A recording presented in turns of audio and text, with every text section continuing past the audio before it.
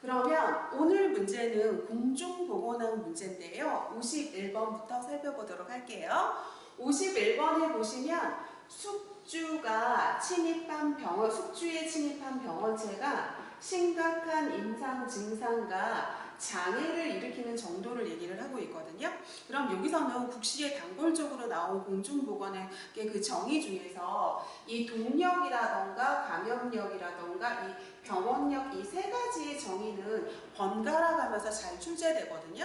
그렇기 때문에 이 세 가지에 대한 개념에 대한 정의는 잘 이해하고 가셔야 되는데요. 일단 이것부터 알고 계셨으면 좋겠어요, 여러분. 이렇게 사람이 이렇게 있을 때 이 사람을 숙주라고 생각을 하세요. 숙주. 그럼 이 사람이 숙주라고 생각했을 때 사람한테 이렇게 들어오는 거를 갖다가 병원체라고 생각을 하시면 돼요. 병원체. 그러면 이 병원체가 숙주 안에 침입해서 자리 잡고 증식할 수 있는 능력을 뭐라고 하는 거냐면 감염력이라고 합니다. 병원체가 숙주 안에 들어와서 자리를 잡고 증식할 수 있는 능력을 뭐라고 하는 거냐면 감염력이라고 하거든요. 감염력이라고 합니다. 그런데 감염됐다 해가지고 모두가 질병이 발생하는 게 아니고요. 숙주의 건강 상태에 따라서 질병이 발생하기도 하고 질병이 발생하지 않기도 하거든요. 그럼 감염됐어도 이 숙주의 건강 상태에 따라서 질병이 발생하기도 하고요. 질병이 발생하지 않기도 하거든요. 그럼 이렇게 실제로 질병이 발생하는 이거 있죠. 그래서 실제로 질병을 일으키는 이 능력을 갖다가 무슨 능력이라고 하는 거냐면 이거는 병원력이라고 하거든요. 그런데 이렇게 실제로 질병을 발생했을 때 완쾌되는 경우도 있지만 사망을 하거나 아니면 심각한 임상 증상이나 합병증을 나타내기도 하잖아요. 그래서 이렇게 질병이 발생했을 때 이렇게 완쾌가 되는 경우도 있지만 이런 것처럼 심각한 임상 증상과 장애 있죠. 심각한 임상 증상과 장애 같은 이런 합병증을 일으키기도 하잖아요. 그럼 이렇게 심각한 임상 증상이나 장애를 일으키는 능력을 이거를 갖다가 동력이라고 얘기를 합니다. 그래서 병원체가 숙주 안에 들어와서 자리 잡고 증식할 수 있는 능력은 감염력이라고 하고요. 들어와서 이렇게 자리 잡고 증식해서 감염됐을 때 숙주한테 실제로 질병을 일으키는 능력을 병원력이라고 하고요. 실제로 질병을 일으켰을 때 심각한 임상 증상이나 장애 같은 이런 합병증 같은 거를 일으키는 능력을 동력이라고 하거든요.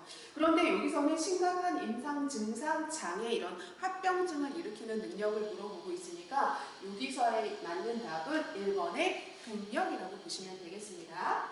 다음에 또 여기서 봐드릴 건 뭘 봐드릴 거냐면 면역력이랑 감수성에 대해서 봐드릴 건데요.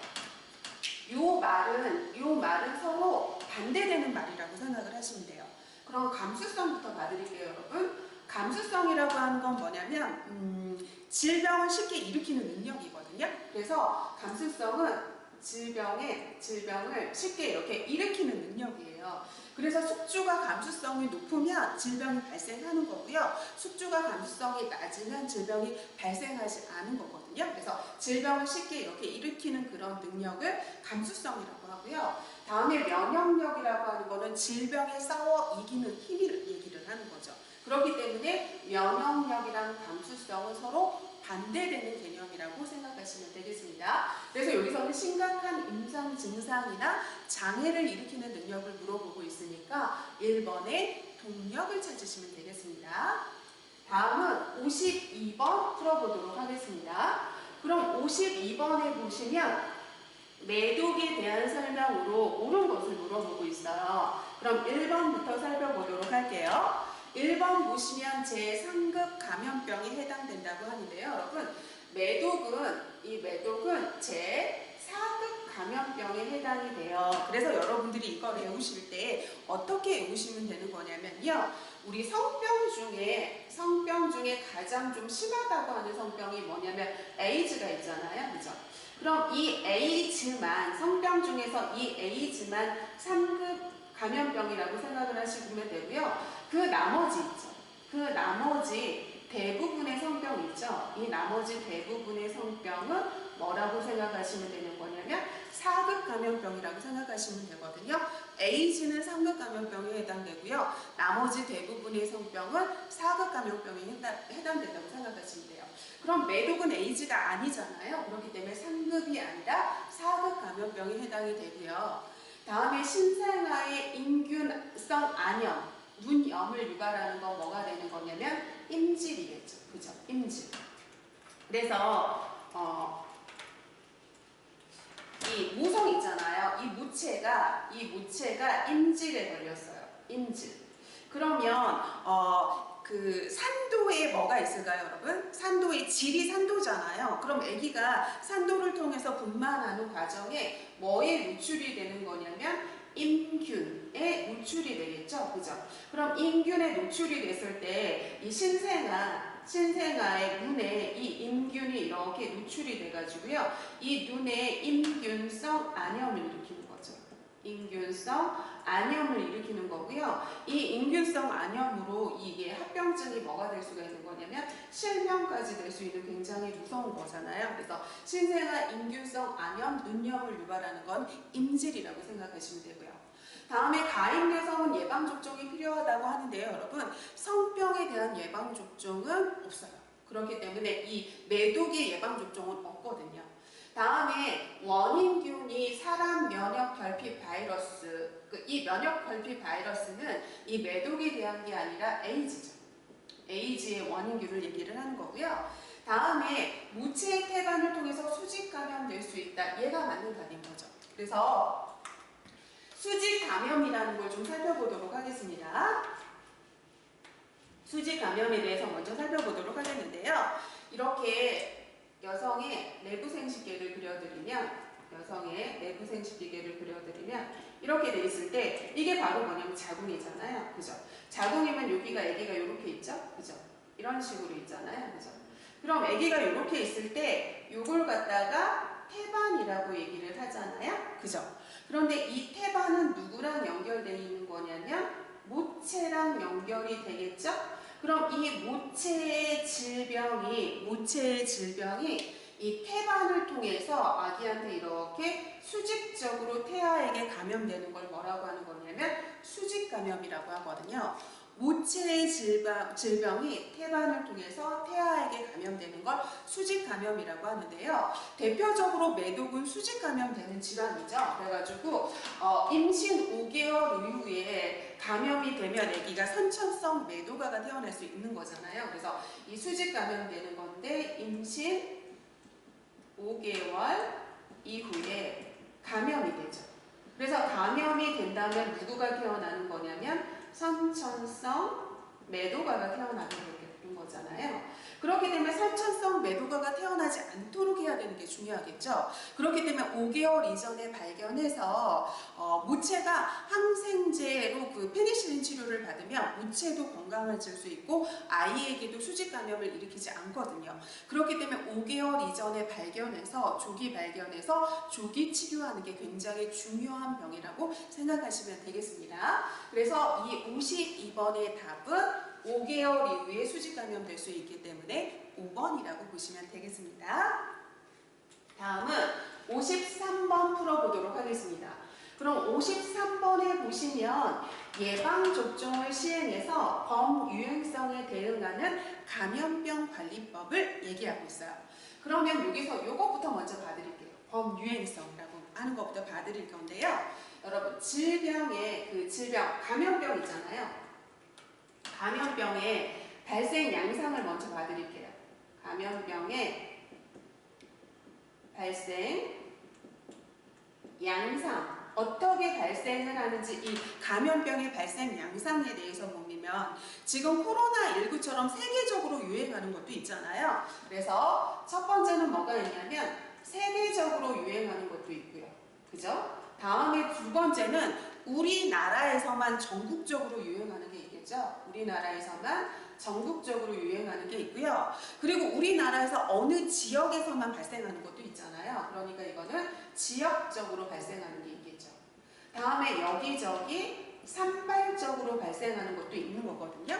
그러면 이렇게 세계적으로 발생하는 걸 우리 뭐라고 하는 거냐면 범유행성이라고 얘기를 합니다. 다음에 전국적으로 발생하는 걸 뭐라고 하는 거냐면 유행성이라고 얘기를 하고요. 지역적으로 발생하는 걸 지역성 또는 토착성 뭐 이렇게 얘기를 하죠. 다음에 산발적으로 발생하는 걸 산발성 이렇게 얘기를 하고요. 그래서 이 세계적으로 발생하는 건 지금 딱 코로나19 같은 거고요. 전국적으로 발생하는 건 겨울철 독감 같은 거, 지역적으로 발생하는 건 단디스토마. 우리나라의 5대강 유역에서 발생을 하잖아요. 그러니까 5대강 유역이 있는 곳에만 발생하는 지역성인 거라서 대표적으로 간디스토마이고요. 다음에 산발성으로 발생하는 건 렙토스피라증 같은 거를 얘기하시면 되는 거죠. 그러면 이렇게 범유행성에 대응하는 감염병 관리 방법을 물어보고 있는데 여기서는 지금 감염병 관리 방법은 여러 가지가 있지만 예방접종에 대한 걸 물어보고 있어요. 이 예방접종. 그럼 이 예방접종이라고 하는 건 면역 중에서 뭐를 얘기하는 거냐면 인공, 능동, 면역을 얘기를 하죠. 인공 능동 면역. 그래서 예방접종이라는 항원을 주사를 통해서 이렇게 숙주한테 사람한테 이렇게 예방접종을 하면 사람이 이 숙주가 살짝 알아가지고 항체를 형성하면서 면역력을 증가시키는 거잖아요. 그러니까 예방접종은 인공 능동 면역에 해당해요. 그럼 인공 능동 면역에 해당하니까 숙주의 이 면역이잖아요. 인공 능동 면역에 해당되기 때문에 뭐에 해당되는 거냐면 숙주의 면역력을 증가시키는 방법에 해당이 되겠죠. 그래서 여기는 예방접종이 인공 능동 면역이라는 걸 아시면 3번이 답인 거를 쉽게 알 수 있는 거죠.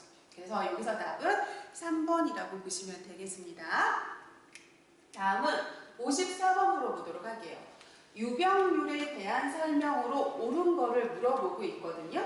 그러면 여러분 유병률이라고 하는 건 뭐라고 생각을 하시면 딱 한마디로 말해서 현재 환자 수라고 생각하면 굉장히 편해요. 자, 현재 건강 문제를 가지고 있는 사람의 수라고 생각을 하시면 되거든요. 특정 건강 문제를 가지고 있는 사람 수.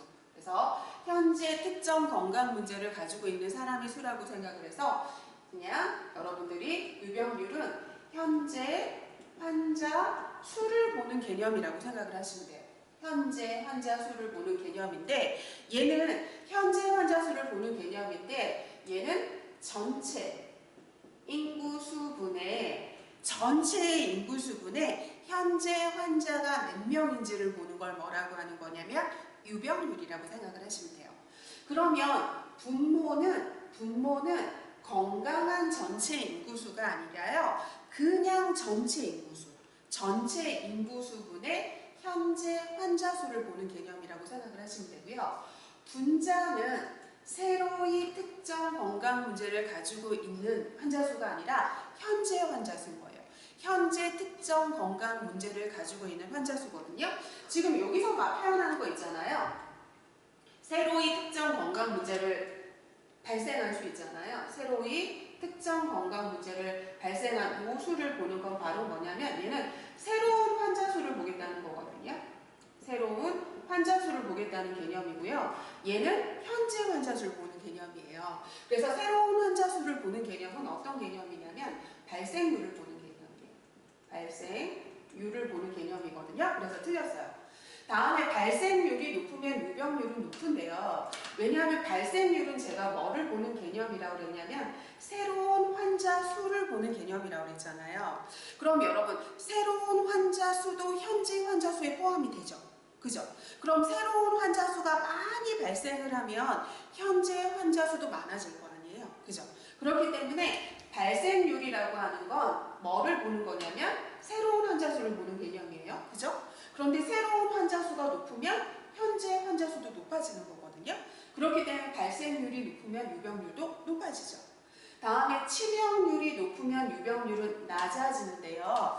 여러분 치명률이라고 하는 건 바로 뭐냐면 사망을 하거나 심각한 합병증을 나타내는 뭐 이런 거를 얘기를 하잖아요. 그러면 치명률이라고 하는 거는 사망한다는 거잖아요. 그럼 지금 사망률이 높다는 거죠. 그럼 사망률이 높으면 현재 환자 수가 적어지겠죠. 왜냐하면 유병률은 현재 환자 수를 보는 개념이잖아요. 그렇기 때문에 사망률이 높으면 현재 환자 수를 보는 유병률은 낮아지게 될 테고요. 다음에 5번에 보시면 질병의 이환 기간이 길수록 유병률은 높다. 이 개념이 맞는데요. 여러분, 유병률은 제가 뭐라고 했냐면 현재 환자 수를 보는 개념이라고 그랬잖아요. 그럼 이 유병률을 여러분들이 꼭 알아야 되는데 만성질환에서는 만성질환이죠. 이 만성질환에서는 유병률이 높거든요. 유병률은 높고요. 뭐가 낮냐면 발생률은 낮아요. 왜 그러는 거냐면 여러분 이 만성질환은 뭐를 얘기하는 거냐면 당뇨나 뭐 고혈압 뭐 이런 거를 보는 개념이잖아요. 그런데 만성질환 같은 경우는 한 번 발생하면 치료가 안 돼가 이렇게 죽을 때까지 이렇게 관리에 대한 그런 질환이잖아요. 그래서 만약에 고혈압이 40세에 걸렸어요. 그래서 이 사람이 80세에 사망을 했어요. 그럼 40년간 고혈압을 관리해야 되는 그 환자로 있어야 되는 거잖아요.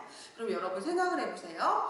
고혈압이라고 생각을 해보세요. 그럼 고혈압은 10년 전에 고혈압을 진단받은 사람도 현재 고혈압 환자고요. 5년 전에 고혈압 진단을 받은 사람도 현재 환자일 거고요. 30년 전에 고혈압 진단을 받은 사람도 현재 환자인 거예요.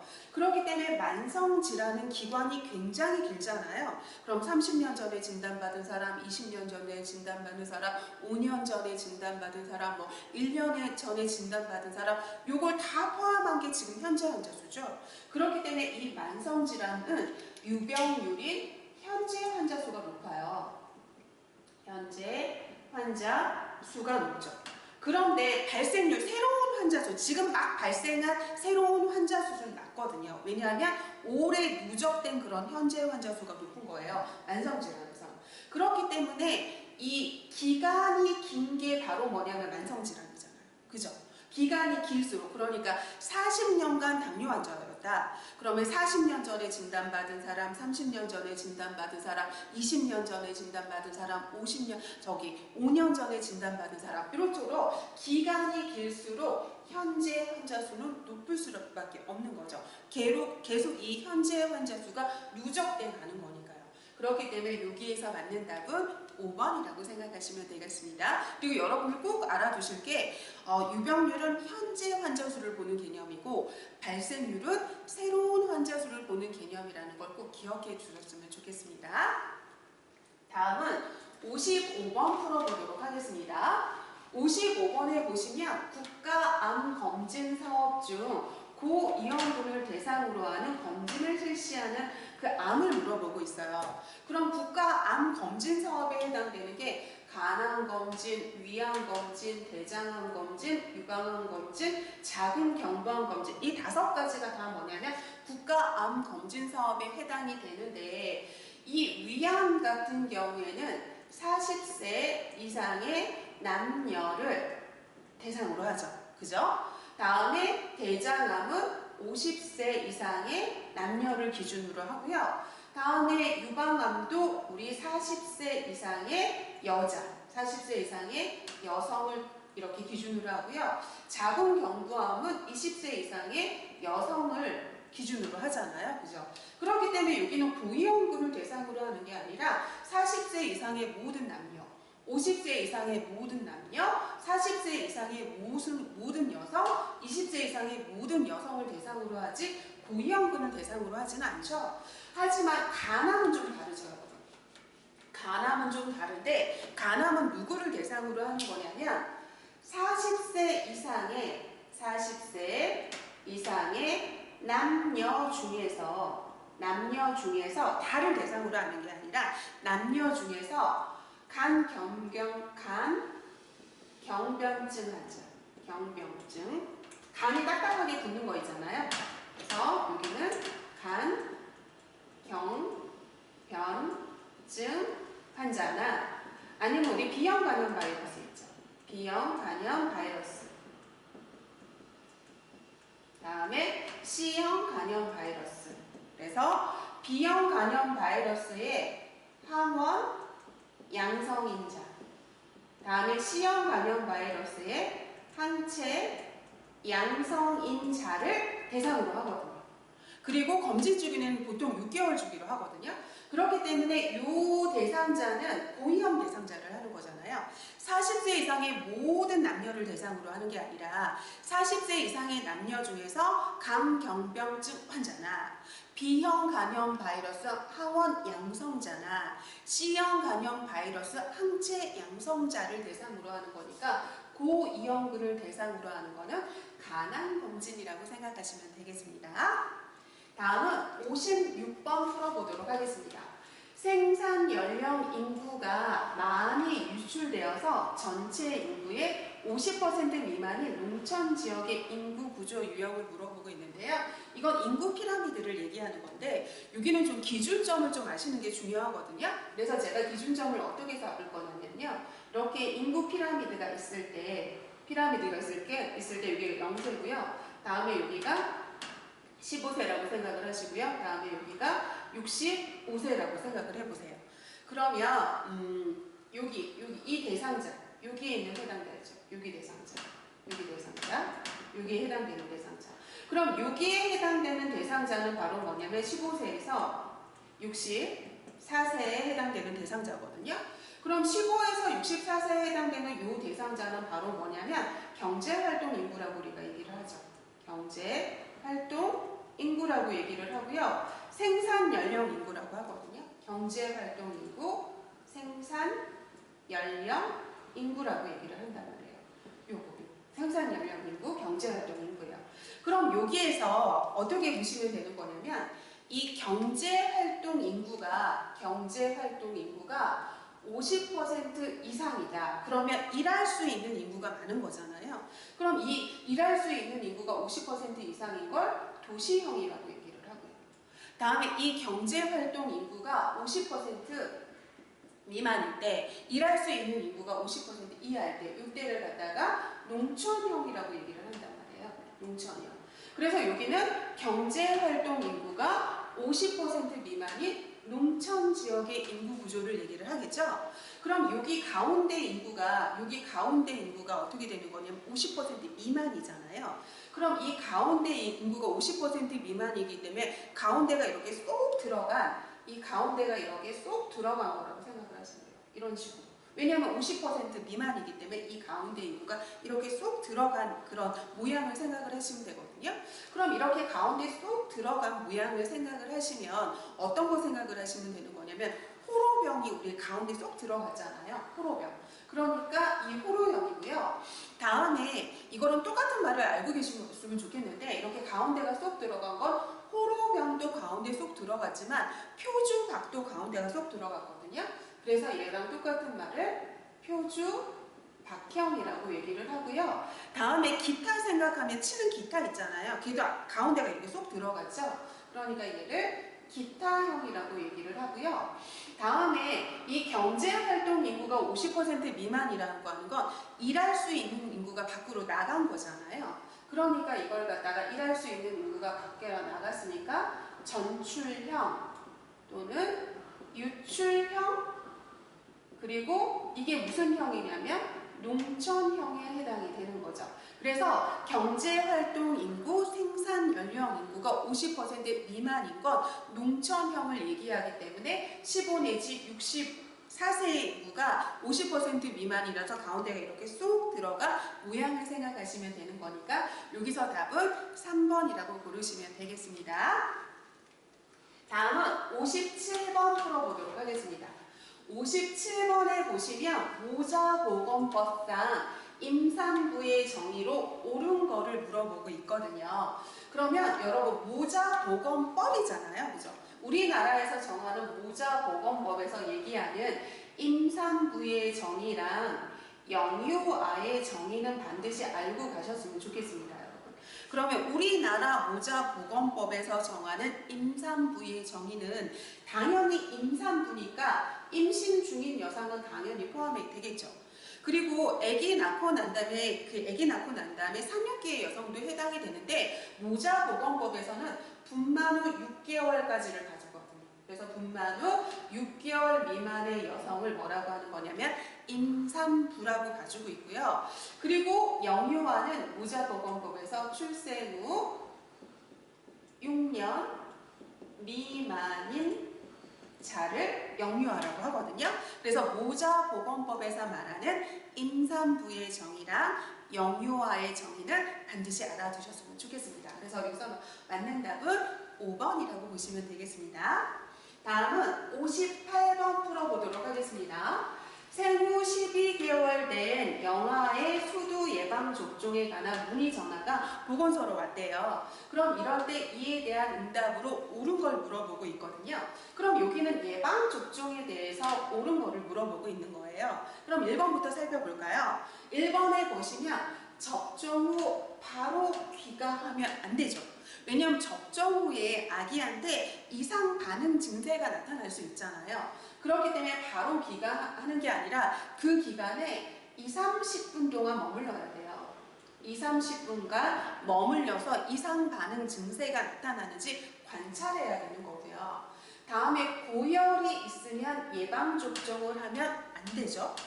다음에 오전보다 오후에 하는 게 아니라 오전에 접종해야죠.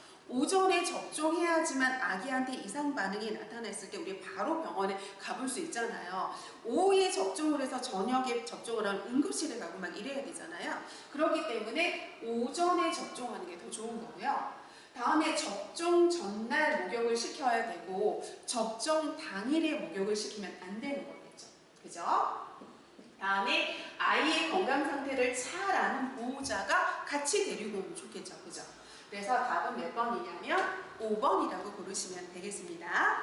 다음은 59번 풀어보도록 하겠습니다. 임신 27주인 임산부의 정기 진단 횟수로 물어보고 있어요. 그럼 이게 산전 관리 횟수에 대해서 물어보고 있잖아요. 여러분, 산전 관리를 해야 되는 거죠. 그죠? 산전 관리를 하는 이유는 산전 관리를 통해서 모성 사망률을 줄이기 위해서 하는 거죠. 그죠? 산전 관리를 통해서 모성 사망률을 줄이기 위한 거예요.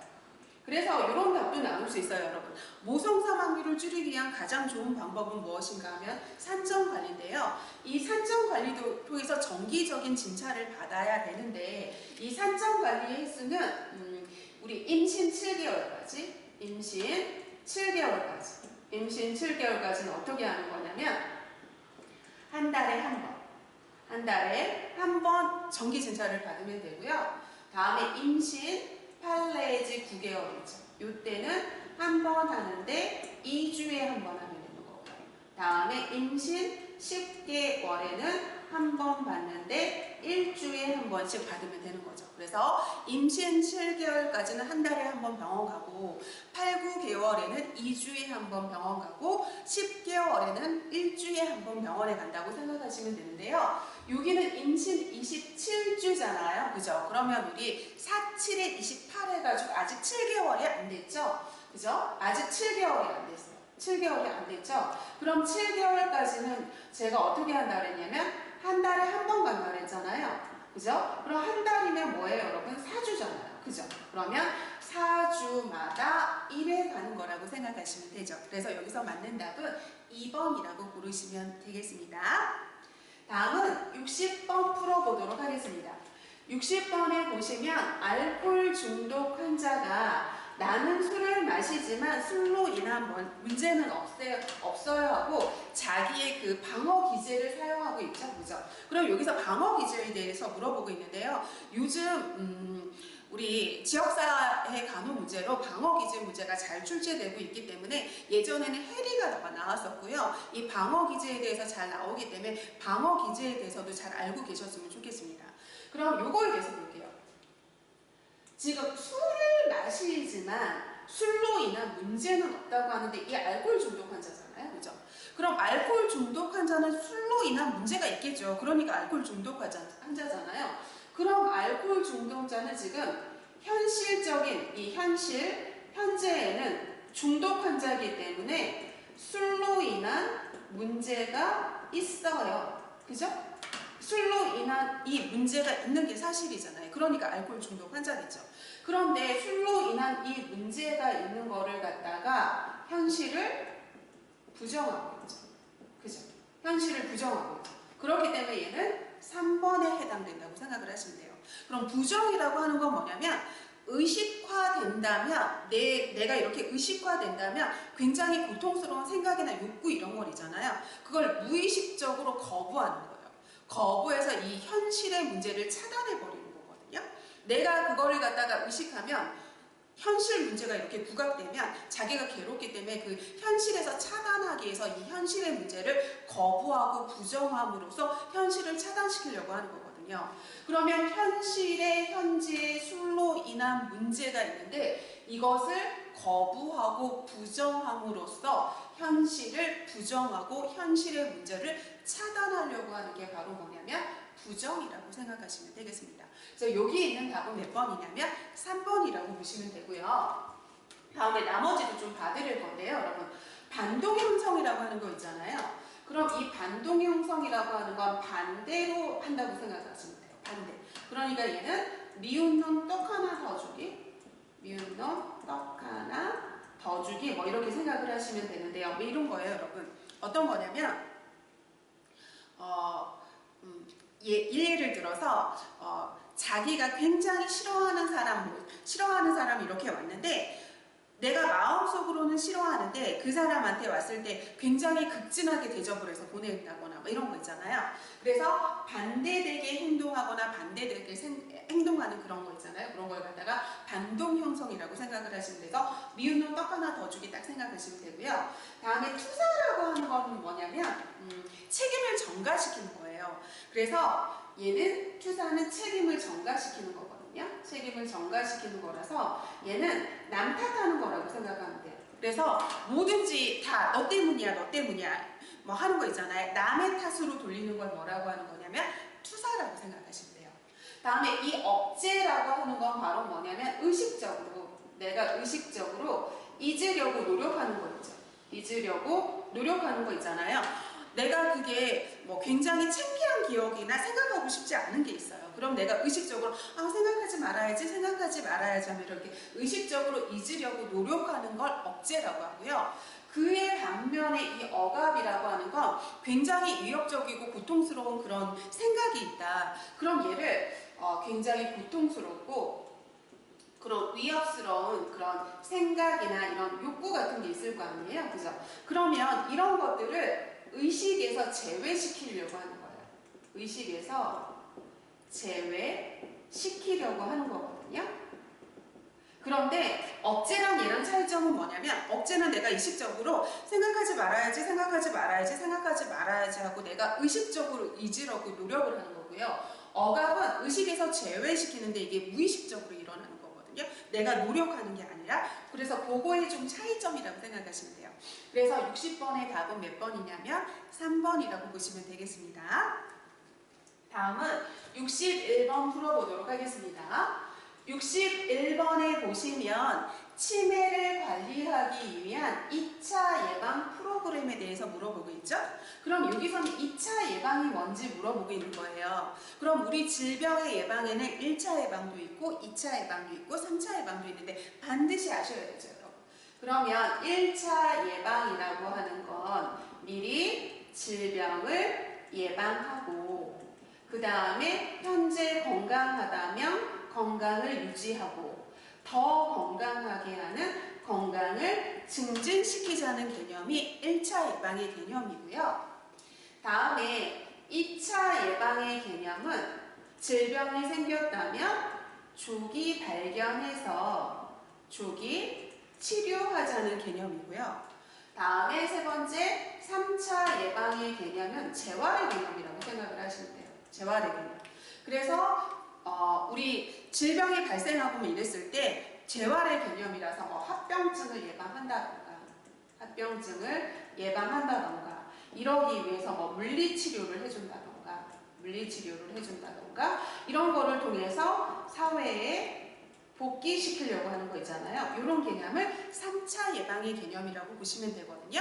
그런데 여러분 2차 예방은 조기 발견해서 조기 치료하는 거잖아요.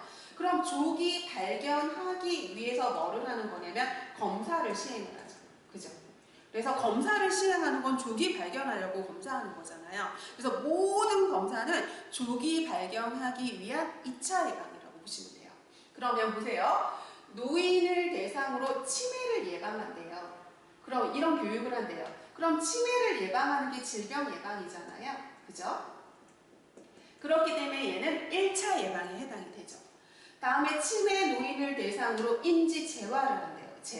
재활이라고 하는 건 3차 예방의 개념이죠. 다음에 노인을 대상으로 치매 선별 검사를 한대요. 검사를 하는 건 조기 발견하기 위해서 검사하는 거거든요. 근데 조기 발견이라고 하는 건 2차 예방이잖아요. 그래서 여기서는 2차 예방에 대해서 물어보고 있으니까 3번이 답이라고 생각하시면 되겠습니다. 다음에 지역사회 주민을 대상으로 치매 예방 운동을 한대요. 예방. 그럼 얘는 질병 예방을 하기 위한 거잖아요. 그러니까 얘는 1차 예방에 해당이 되겠죠? 다음에 지역사회 주민을 대상으로 치매에 대한 부정적인 인식 개선이잖아요. 그러니까 이것도 1차 예방이라고 생각을 하시면 되겠습니다.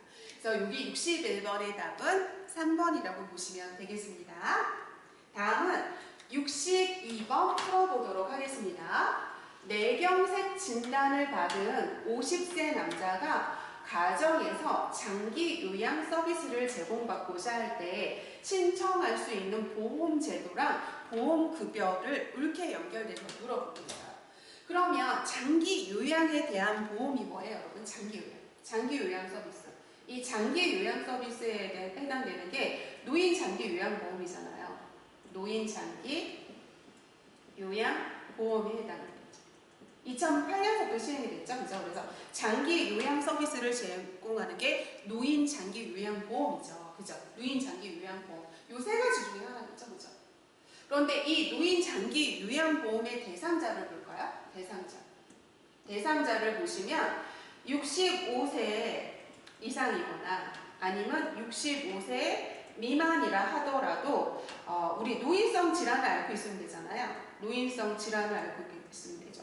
이 노인성 질환에 해당되는 게 치매라던가 파킨슨 질환이라던가 아니면 뇌혈관성 질환에 해당이 되죠. 그래서 노인 장기 요양보험에 해당되는 대상자는 65세 이상이거나 65세 미만이라 하더라도 노인성 질환을 앓고 있으면 돼요. 그죠? 이 노인성 질환에 해당되는 게 치매나 파킨슨 질환이나 뇌혈관성 질환에 해당되는데 이 뇌혈관성 질환에 해당되는 게 뇌경색, 뇌출혈 뭐 이런 거. 이게 뇌혈관성 질환이잖아요. 그럼 뇌경색이에요. 그죠? 뇌경색이면 얘는 뇌혈관성 질환에 해당이 되죠? 그죠? 그럼 뇌혈관성 질환은 무슨 질환이에요? 지금 노인성 질환을 앓고 있죠? 그죠? 노인성 질환을 앓고 50세예요. 그럼 우리 65세 미만이라 하더라도 노인성 질환을 앓고 있으면 노인 장기 요양보험의 그 서비스 대상자가 되잖아요. 그러니까 노인 장기 요양보험이고요. 다음에 노인 장기 요양보험은 시설에서 받을 수 있는 시설급여가 있고 집에서 받을 수 있는 재가급여가 있잖아요. 그런데 여기에서는 지금 가정에서 제공받는데요. 그럼 가정에서 제공받는 거니까 이거는 집에서 받는 재가급여에 해당이 되겠죠. 만약에 시설에서 받는다고 하면 시설급여일 텐데 가정에서 받는다는 거 하니까 재가급여에 해당된다고 생각하시면 됩니다. 그럼 노인 장기 요양보험이고 재가급여에 해당되기 때문에 이거에 맞는 답은 4번이라고 보시면 되겠습니다. 다음은 63번 풀어보도록 하겠습니다. 63번에 보시면 노인 장기 요양보험 제도에서 방문 간호에 대한 설명으로 옳은 거를 물어보고 있거든요. 그러면 노인 장기 요양보험에서 우리 62번에서도 시설에서 받는 시설급여가 있고 집에서 받는 재가급여가 있었잖아요. 그럼 노인 장기 요양보험 제도에서 집에서 받는 재가급여가 있죠. 그죠? 그럼 집에서 받는 재가급여를 살펴보시면 요양보호사가 와서 우리 신체 활동이나 이 일상생활을 지원해주는 뭐가 있냐면 방문 요양이라고 하는 게 있고요. 그죠? 다음에 요양보호사나 사회복지사가 와서 해주는 방문 목욕이라고 하는 것도 있죠. 다음에 간호사나 간호조무사 아니면 치의생사가 해주는 뭐가 있냐면 방문 간호라고 하는 것도 있죠. 다음에 일정 시간 주간에만 보호해주기도 하고 일정 시간 야간에만 보호해주기도 해주고 있는 주, 야간 보호가 있고요. 다음에 단기간의 시간에만 보호해주는 뭐가 있냐면 단기 보호도 있죠. 다음에 기타 재가 급여도 있고요. 기타 재가 급여도 있죠. 그러면 신체 활동이나 가사 활동을 지원하는 게 요양보호사가 그 집을 방문해서 신체 활동이나 가사 활동을 지원하는 건 얘는 방문 요양이죠. 그죠? 다음에 간호지시서에 따른대요. 방문 간호지시. 그죠? 방문 간호지시서에 따른대요. 그럼 얘는 방문 간호겠죠. 그죠? 다음에 목욕 설비를 갖추고 서비스를 제공한대요. 그러면 목욕 설비니까 방문 목욕일 거예요. 그죠? 다음에 간호조무사 자격 취득과 동시에 방문 간호 서비스를 제공할 수 있는 게 아니라 방문 간호 서비스를 제공할 수 있는 대상자는 간호사, 간호조무사, 치의생사가 있는데 간호사랑 치의생사 같은 경우에는 2년 이상의 경력만 있으면 되지만 간호조무사 같은 경우에는 3년 이상의 경력과 보건복지부 장관이 지정한 곳에서 교육을 수료해야지만 이 방문 간호의 자격이 되는 거죠. 그죠? 그렇기 때문에 아니고요. 치료가 동시에 되는 거 아니고요. 다음에 수급자를 일정 시간 동안 이렇게 보호해주는 거잖아요. 그럼 주간에만 보호해주면 주간 보호. 야간에 일정 시간만 보호해주면 야간 보호잖아요. 그러니까 얘는 주야간 보호를 해당되죠. 여기서는 근데 방문 간호에 대해서 물어보고 있잖아요. 그러니까 맞는 답은 2번이라고 보시면 되겠습니다. 다음은 64번 풀어보도록 하겠습니다. 64번에 보시면 보건소 방문 건강관리 사업으로 옳은 걸 물어보고 있어요. 그죠? 그러면 보건소에서 방문 간호해 주는 거잖아요. 그죠? 그래서 얘는 보건소에서 뭐를 해주는 거냐면 방문 간호해 주는 거죠. 방문 간호해 주는 거예요. 그죠? 그래서 보건소의 중점적인 사업을 두 가지만 얘기해서 하면 건강증진 사업과 방문 간호거든요. 근데 이 방문 간호라고 하는 건 그 집을 방문하는 거잖아요. 그죠? 그러니까 방문 간호사에서 방문 간호를 하는 거잖아요. 그럼 방문 간호라고 하는 건 건강 취약계층의 집을 방문을 해서 간호를 해주는 거잖아요. 그죠? 그래서 이 건강 취약 계층이 의료의 접근성이 떨어지거나 의료를 받지 못하는 그런 건강 취약 계층을 직접 방문해서 간호를 제공을 해서 뭐를 이루고자 하는 거냐면 건강 형평성을 이루고자 하는 거죠. 건강 형평성을 이루고자 하는 거죠. 여러분 형평성이라는 개념은 뭐냐면 차별 대우 받지 말자는 개념이거든요. 형평성의 개념은 차별 대우를 받지 말자는 거예요. 그러면 우리 건강 취약계층의 집을 방문 간호를 해서 이 건강 형평성을 제고하는 거죠. 차별 대우 받지 않도록 하는 거예요. 그래서 건강 형평성을 제고해서 이 건강 취약계층의 삶의 질을 향상시키고자 하는 게 바로 뭐냐면 보건소의 방문 간호에 해당이 되는 거거든요. 그렇기 때문에 여기는 취약계층을 중점적으로 서비스를 제공을 하는 거죠. 건강 취약계층의 집을 직접 가서 간호를 제공함으로써 건강에 대한 차별 대우를 받지 않게끔 하는 건강 형평성을 제고해서 그들의 삶의 질을 향상시키고자 하는 거라고 생각하시면 되죠. 그래서 맞는 답은 5번이라고 고르시면 되겠습니다. 다음은 65번 풀어보도록 하겠습니다. 65번에 보시면 의료법상 의료인이나 의료기관 개설자가 10년 동안 보존해야 되는 걸 물어보고 있어요. 그럼 얘는 서류 보존 기간을 물어보고 있는 거거든요. 서류를 보존해야 되는 기간에 대해서 물어보고 있어요. 10년간 보존해야 되는 걸 물어보고 있죠. 그럼 여러분 처방전은 2년 보관하는 거고요. 다음에 우리 의사가 하는 이 수술 기록이라던가 의사가 하는 진료 기록 있죠. 진료 기록. 의사가 하는 수술 기록이나 이 진료 기록은 이게 10년 보관하는 거거든요. 다음에 환자에 해당되는 환자 명부라던가 간호기록지 환자의 검사 기록 있잖아. 이거는 몇 년 보관이냐면 5년 보관이에요. 그런데 여기서는 10년 보관을 물어보고 있으니까 의사가 기록하는 수술 기록지, 진료 기록지는 10년 보관이라고 생각하시면 되고, 그래서 여기서 맞는 답은 2번이라고 부르시면 되겠습니다. 다음은 66번 풀어보도록 하겠습니다. 정신건강 증진 및 정신질환자 복지지원 서비스에 대한 법률상 다음에서 설명하는 2번의 종류를 물어보고 있거든요. 그럼 여러분 2번의 종류는 스스로 입원하는 자의 입원도 있고요. 동의에 의한 동의 입원도 있고요. 다음에 응급 입원도 있고 보호 의무자의 입원도 있고 시장 군수 구청장에 의한 입원도 있는데요. 여기서 설명하는 건 바로 뭐냐면 명절에 모인 가족들과 친지들에게 모든 사람들이 나를 무시하고 모이기만 하면 다 나에 대한 헌담을 하고 있다고 하잖아요. 그럼 망상이 있는 거죠. 그죠? 망상이 있는 거고, 다음에 헌담을 한다고 하면 들리기도 한다니까 뭐 환청 막 이런 게 있을 거예요. 그죠? 이런 걸 한다면 친지들에게 공격적인 행동을 하는 이런 아들에 대해서 부모 이인이랑 정신의학과 전문의가 지금 입원이 필요하다고 진단을 내렸대요.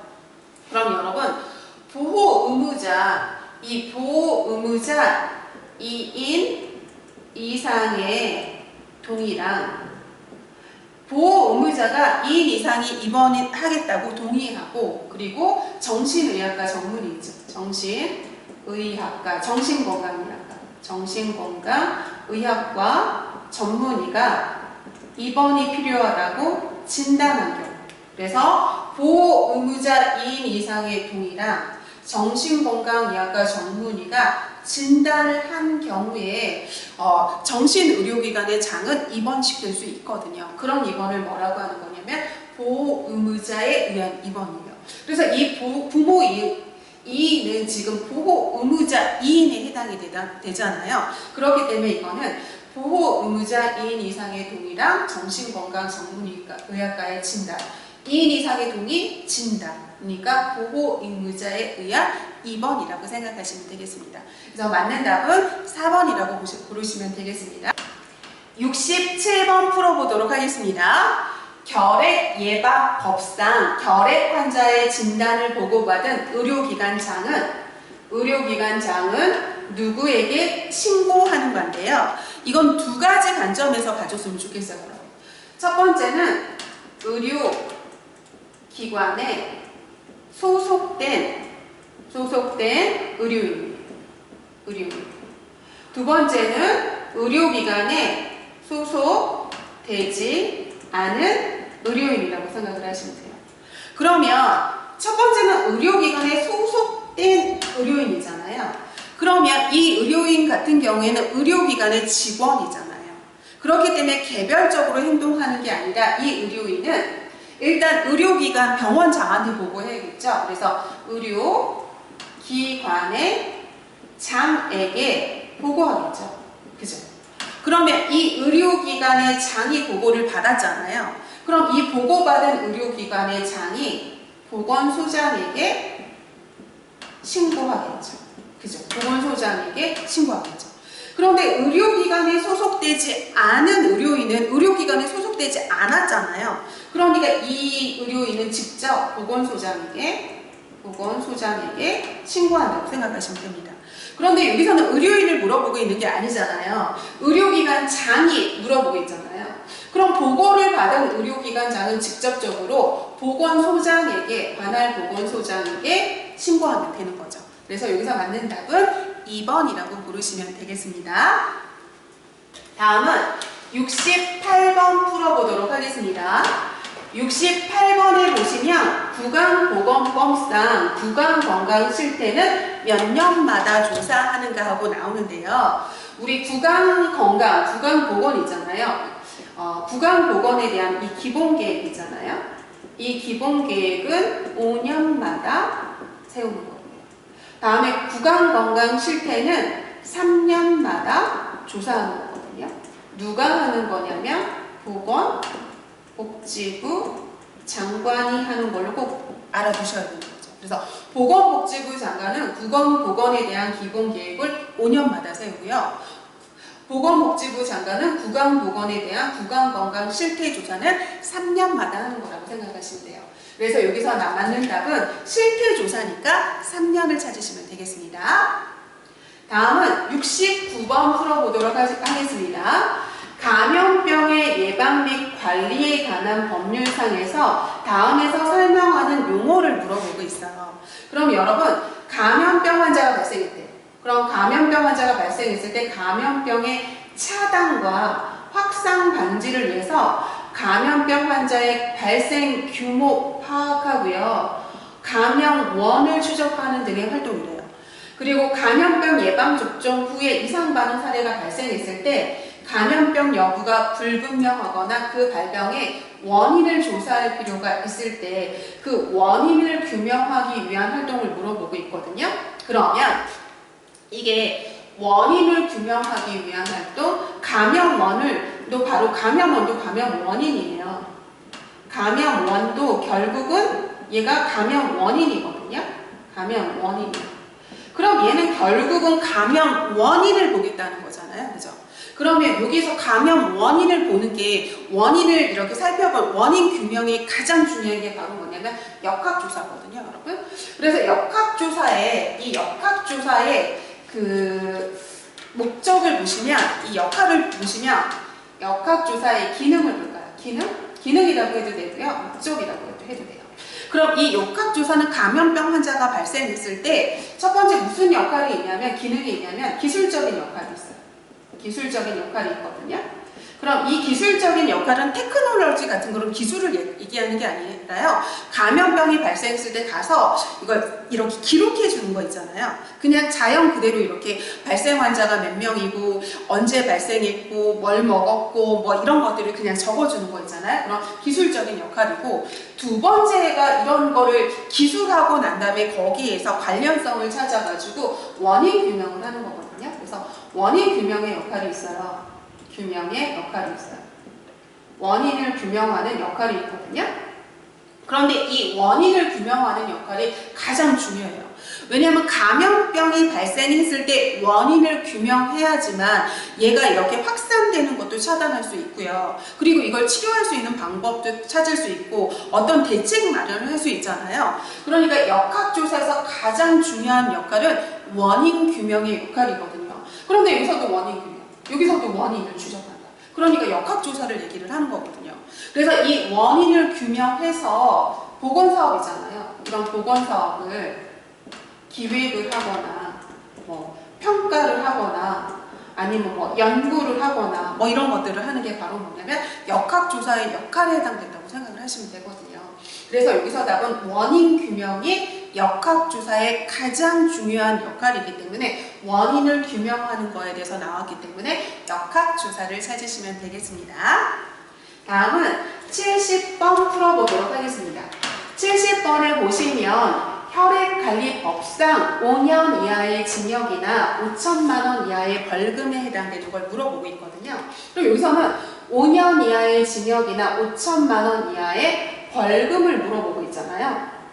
그럼 여러분 이 5년 이하의 징역이나 5천만 원 이하의 벌금은 굉장히 세고 굉장히 높은 그런 그 벌금이고 그런 이런 벌에 해당된다고 생각을 하시면 되거든요. 그런데 이 굉장히 센 거예요. 5년은 제일 높은 거라고 생각을 하시면 되거든요. 우리가 생각하는 것 중에서 좀 높은 거라고 생각을 하시면 돼요.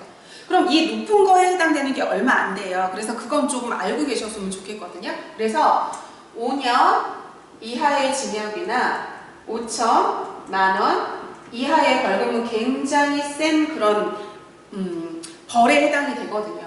그럼 이거에 해당되는 게 첫 번째 의료법에 해당되는 거 있잖아요.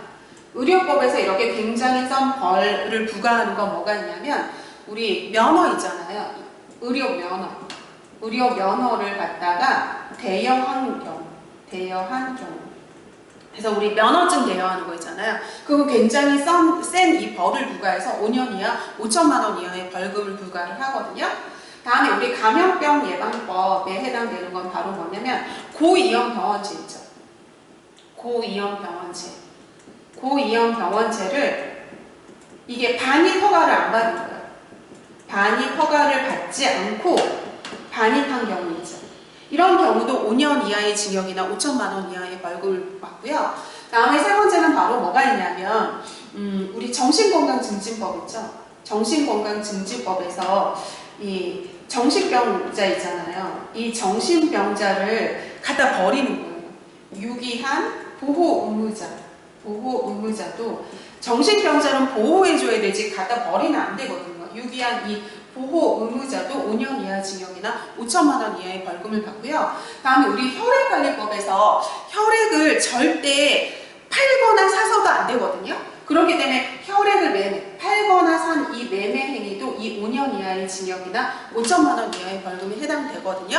그러니까 의료법에 해당되는 의료 면허 대여한 경우나 감염병 예방법에 해당되는 고위험 병원체를 반입 허가를 받지 않고 반입한 경우라든지 정신건강증진법에 해당되는 이 정신병자를 유기한 보호 의무자나 혈액관리법에서 혈액을 사고 파는 이 매매한 행위에 해당되는 경우에는 굉장히 높은 이 벌을 부과하기 때문에 5년 이하의 징역이나 5천만 원 이하의 벌금에 해당된다고 생각하시면 되겠습니다.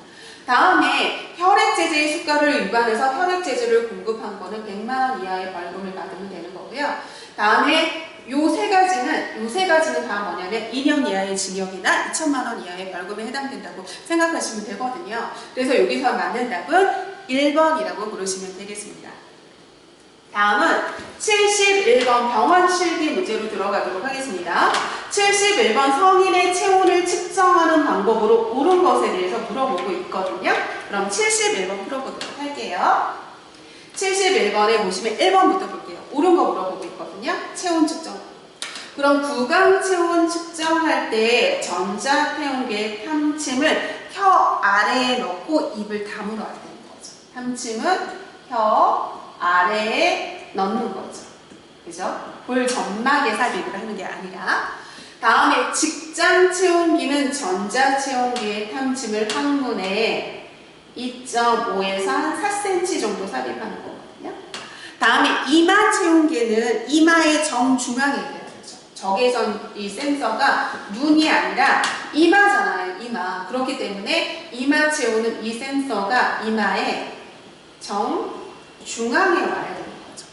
다음에 애가 체온계는 전자 체온계의 탐침이 겨드랑이의 전 애가선이 아니라 이 겨드랑이의 중앙 있죠. 정중앙에 이렇게 오게 하고 이게 빠지면 안 되기 때문에 이렇게 팔을 꽉 껴야 되죠. 그죠? 꽉 이렇게 붙여야겠죠. 다음에 고막 체온계의 측정 시 귀바퀴를 후 상방으로 잡아당기는 거 맞죠? 왜냐하면 이 고막 체온에 대해서 보시면 이 고막 체온 있잖아요. 이 고막 체온을 갖다가 3이라고 딱 생각을 하시면 되면 귀를 이렇게 3이라고 이렇게 생각을 하시면 돼요. 그러면 3세 우리 이상을 성인이라고 보고 요 밑을 아동이라고 보거든요. 그럼 이 3세 이상의 성인은 이 귀를 후 상방으로 잡아당기고요. 다음에 3세 이하의 아동은 이 귀를 후 하방으로 잡아당기는 거거든요. 그런데 성인이잖아요. 그렇기 때문에 귀바퀴를 후 상방으로 잡아당기는 거 맞죠? 그래서 71번의 답은 5번이라고 부르시면 되겠습니다. 다음은 72번 풀어보도록 하겠습니다. 72번에 보시면 발의 혈액순환 상태를 확인하기 위한 맥박 측정 부위를 물어보고 있거든요. 발을 물어보고 있어요. 발의 맥박 측정 부위. 그래서 여기서는 발의 맥박 측정 부위를 물어보고 있는 거죠. 여러분 경동맥은 목에 있는 거잖아요. 목. 다음에 측두동맥은 여기 있는 게 측두동맥이거든요. 여기도 머리에 있는 거죠. 그렇죠? 다음에 이 족배가 발등이에요. 발등. 그럼 발등에 지금 이 동맥을 측정하는 거니까 이게 발에 해당되잖아요. 그죠? 다음에 상완동맥은 여기 혈압 측정하는 팔에 해당되는 거잖아요. 다음에 요골동맥은 여기 엄지손가락이 있는데 여기잖아요. 그래서 여기는 여기 손에 해당되잖아요. 그렇기 때문에 발의 맥박 측정 부위는 족배가 바로 발등을 얘기하는 거기 때문에 족배 동맥을 찾으시면 되죠. 그래서 여기에서 맞는 답은 3번이라고 고르시면 되겠습니다. 다음은 73번 풀어보도록 하겠습니다. 비위간의 삽입 길이를 물어보고 있어요. 그럼 비위간의 삽입 길이를 보시면 요거죠, 여러분. 코에서 귓볼까지 재고요. 귓볼에서 검상돌기까지 재는 거거든요. 그래서 요거는 코에서 귀까지 재고요. 그 다음에 검상돌기까지 재면 되는 거거든요. 그래서 코에서 귓볼까지 재고 귓볼에서 검상돌기까지 재면 되는 거거든요. 그렇기 때문에 여기에서 맞는 답은 코에서 귀, 귀에서 검상돌기까지의 길을 재는 거니까 3번이라고 고르시면 되겠습니다. 그러면 다음 74번 풀어보도록 하겠습니다. 74번을 보시면 자연 배뇨를 측정하는 방법에 대해서 물어보고 있어요. 자연적인 배뇨를 물어보고 있잖아요. 자연적인 배뇨. 그러면 자연적인 배뇨면 차가운 경기를 내면 이렇게 근육이 수축되고 혈관이 수축돼 버리잖아요. 그러면 안 나오죠. 그렇기 때문에 차가운 변기가 아니라 따뜻한 변기를 제공을 해야 되는 거고요. 다음에 흐르는 물소리를 들려주는 건 좋은 방법이죠. 다음에 손을 차가운 물에 담기는 게 아니라 따뜻한 물에 담가줘야 되는 거고요. 그죠? 다음에 하복부에 얼음 주머니가 아니라 더운 물 주머니 대주는 거고요. 다음에 도뇨관을 삽입하는 건 자연적인 배뇨가 아니라 얘는 인공 도뇨에 해당이 되잖아요. 자연적인 게 아니라. 그러니까 자연 배뇨를 촉진하는 방법은 여기서 2번이라고 고르시면 되겠습니다. 다음은 75번 풀어보도록 하겠습니다. 섭취량과 배설량 측정 시에 섭취량에 해당되는 걸 물어보고 있거든요. 지금 먹는 섭취량을 물어보고 있어요. 그죠? 그럼 섭취는 입으로 투여한 경구투여랑 다음에 비경구투여를 합한 거죠. 그죠? 비경구투여를 합한 건데 이 비경구투여에 해당되는 게 우리 정맥주입으로 된 거. 정맥주입으로. 정맥주사 난 거 있잖아요. 다음에 우리 수혈도 다 이게 비경구투여죠. 다음에 우리 비위관을 통해서 이렇게 들어간 거 있잖아요. 이런 게 다 비경구투여에 해당이 되거든요. 입으로 들어간 경구투여랑 비경구투여를 합한 게 섭취량이거든요. 그럼 여기에 위관 영양액이 지금 비위관이잖아요. 그죠? 그러니까 5번이라고 고르시면 되는 거죠.